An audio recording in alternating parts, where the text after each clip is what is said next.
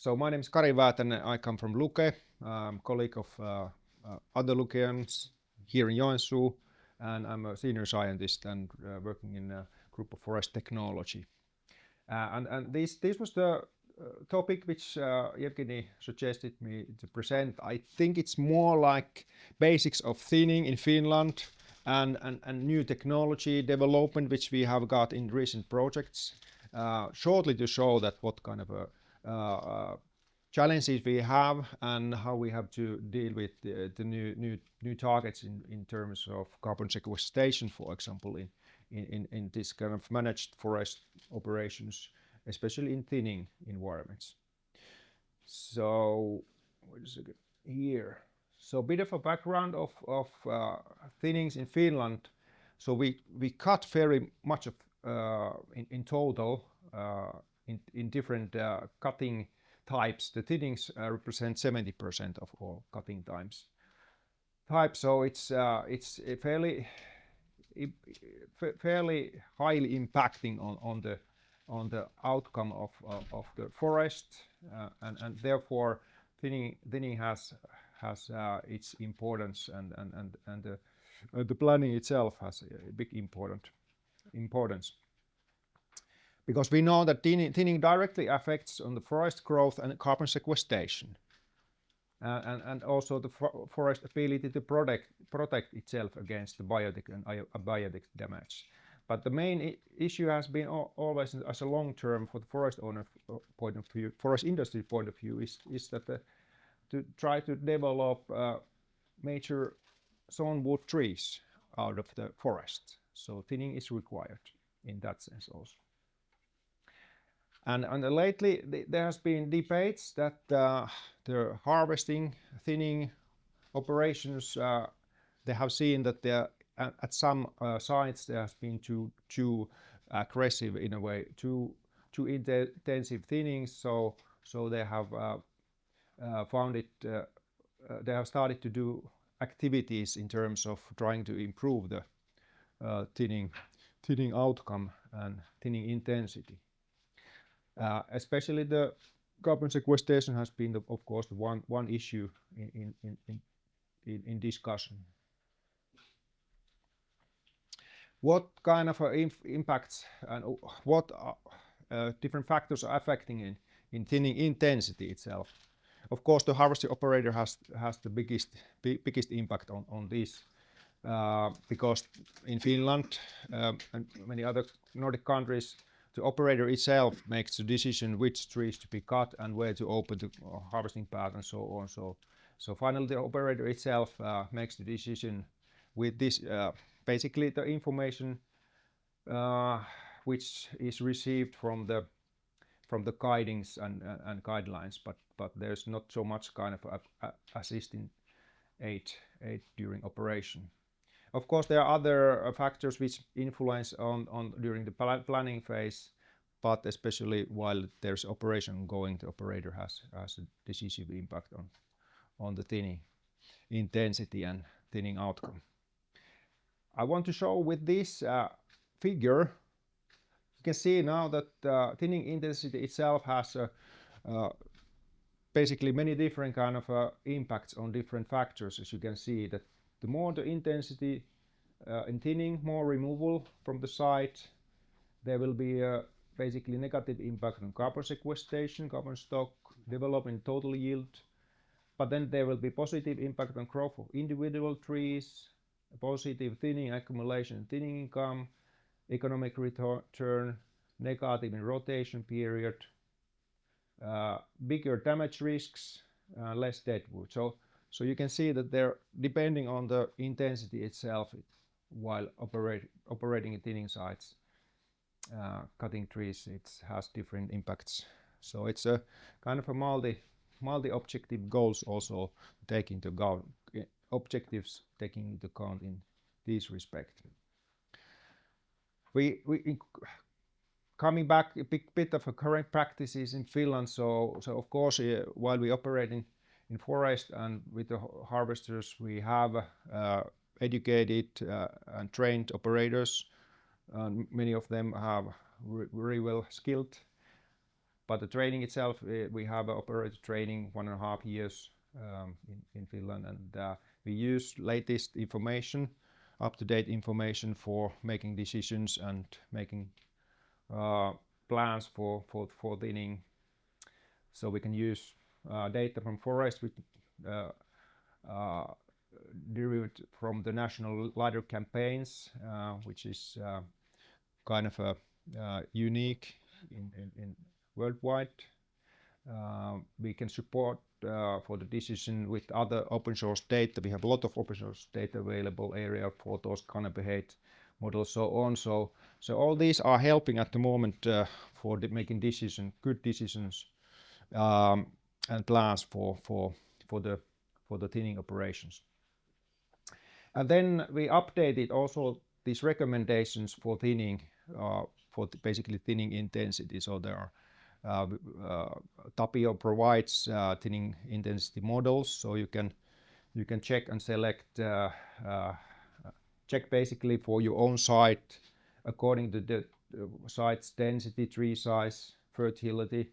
You can go through that. What is the recommendations for this thinning removal in terms of your current situation? So you can see that where is basically the limit where you should start to do some activities. They recommend activities level and what is the minimal level of or basically targeted level of remaining trees in terms of actually it's basal area here, so it's stand basal area. So what is LiDAR? LiDAR is this technology which laser scanning technology, which is used quite much nowadays in Finland, and it's national-wide what we provide as a campaigns every 6th year, and it's open source data available in Finland. Yes. So some practices. This is the current situation in that sense that I would like to show that how they follow this thinning result while operating. So according to this, I think we would like to have more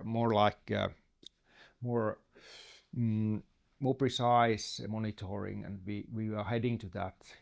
At least in the latest projects, we have tried to find out solutions for that. But this is the typical way of while harvester operators are operating in forest, they make this kind of subjective samplings. This totally subjective. So they do it by themselves. They monitor, report this into the system, which is required from the timber procurement companies. So different kind of ways. So these are just the percentages, how many of the respondents did this kind of a different sampling systems, but they use the boom of the harvester, half cycle sampling, while calculating remaining trees, so the density, a number of trees per hectare, for example. Then using a relascope, when we have a bigger forest, bigger stem sizes, then they more use relascope instead of number of trees. So relascope is very well used anyway. And then you are more experienced, you will get kind of a vision that what should be the result and how it should look. So visual overlook is also much used. And also want to say that Finnish Forestry Center is making inspections every year, but this is like there and here, so it's kind of a really rough kind of evaluation of the conditions in Finland compared to what we are doing in nationwide. But to shortly show that what factors affect intensity of thinning removal. So this illustrates that there are these thinning strip roads which will be open in first thinning, and what influences on this removal and intensity is the width of this strip road, how width will be. Of course, you have to take every tree out of there, impacts directly and heavily also the removal, also the distance between the thinning tracks and strip roads. So that has an impact also on the removal, and then of course how much you will take on the growing area, because these are remaining area, growing tree area. So how much you're going to take trees out of there, and how much you leave standing there. So these are all affecting, taking this into account, our decision and planning, that how you define also the strip road and how wide the strip road width is. Now going to the recent technology development, where we have been into recent projects. We have faced the challenges while operating in the dense canopy under dense canopy cover. So the accuracy, positioning accuracy decreases there, and that has been so far a challenge. But now in last 5 years, basically, there has been developing also with the forest machine manufacturers, so they provide this kind of a high precision positioning. What we did also, we have compared the really accurate positioning systems in forest, in different kind of thinning environments, and also we tried to detect the positioning of the harvester head, and you can see also the movement there. But basically, at the moment, we can get sub-meter accuracy in machine positioning with the newest technology, harvester technology. So most important issue is to detect the base machine enough accurately. So the positioning of the base machine need to be good enough. Then we need to have the heading of the basically boom pillar, that is important, and then with the sensoring of boom joints and cylinders, they have managed to, let's say, estimate accurate sub-meter accuracy positionings for the boom tip, and also taking this into account that the boom tip is here, so we need to know what is the direction of the harvester head into the removed stem, and that is the key issue. Now that when we get enough good accuracy for the removed stem, you will soon see that what will be the possibilities then. But also what there has been in our recent results in earlier projects and ongoing projects, Ilmostar and Unite flagship, there are two projects where we have done cooperation with other partners, UEF and Land Survey of Finland. So we have, and Ponsse of course, they have this concept version of thinning density assistant, which provides more information for the operator, visual outlook of the close distance environment, that where are the dense areas and where you should concentrate thinning and removing of trees, and especially also directing the opened strip road in order to also to check the distance to the next opened road. So there's information which helps also the operator to make better decision in terms of also the growth and improved carbon sequestration in thinning sites. Really good. And what we have done there, we have tested various technologies to scan forest, basically using LiDAR technologies, but also RGB based technologies to finally to find out decision support systems to assist forest operators. And if we can get even more accurate tree maps with improved LiDAR scanning technology, we most probably are heading towards the really like accurate tree map data, which is the base for like Evgeny has said, that it's important to know enough well the forest, like a digital twin copy of the forest, in order to assess also this carbon balance and carbon stock. So it's important, this kind of a development there will be, and we have tested the latest technology also in these projects. Of course, still there is a challenge of some trees which are smaller than like the main canopy height level, so that if they are under there, it's difficult to detect those, and trees which are close to each other, that's also a challenge. We also in Finland at the moment we provide nationwide tree maps through the Finland where we have this information. So the web account that you can see also from this LiDAR campaigns, this kind of a assessment of tree map as a base. And to end, I will shortly and quickly say I'm taking too much time, but to shortly show that what we have done in our latest project. We have created this kind of proof of concept, real-time thinning intensity monitoring and harvesting work. So it's based on kind of a approach that we provide this kind of a thinning intensity information to the area where the harvester is operating. So it monitors the site, it monitors the trees which are cut, but most important thing is that we need to know the site beforehand. We need the tree map data. So it can be drone-based technology or some other LiDAR-based technology to capture this tree map data. And then it's all about to do some coding and programming, and by using this kind of assisting system we can help forest harvester operator to follow the criteria which is set for the site.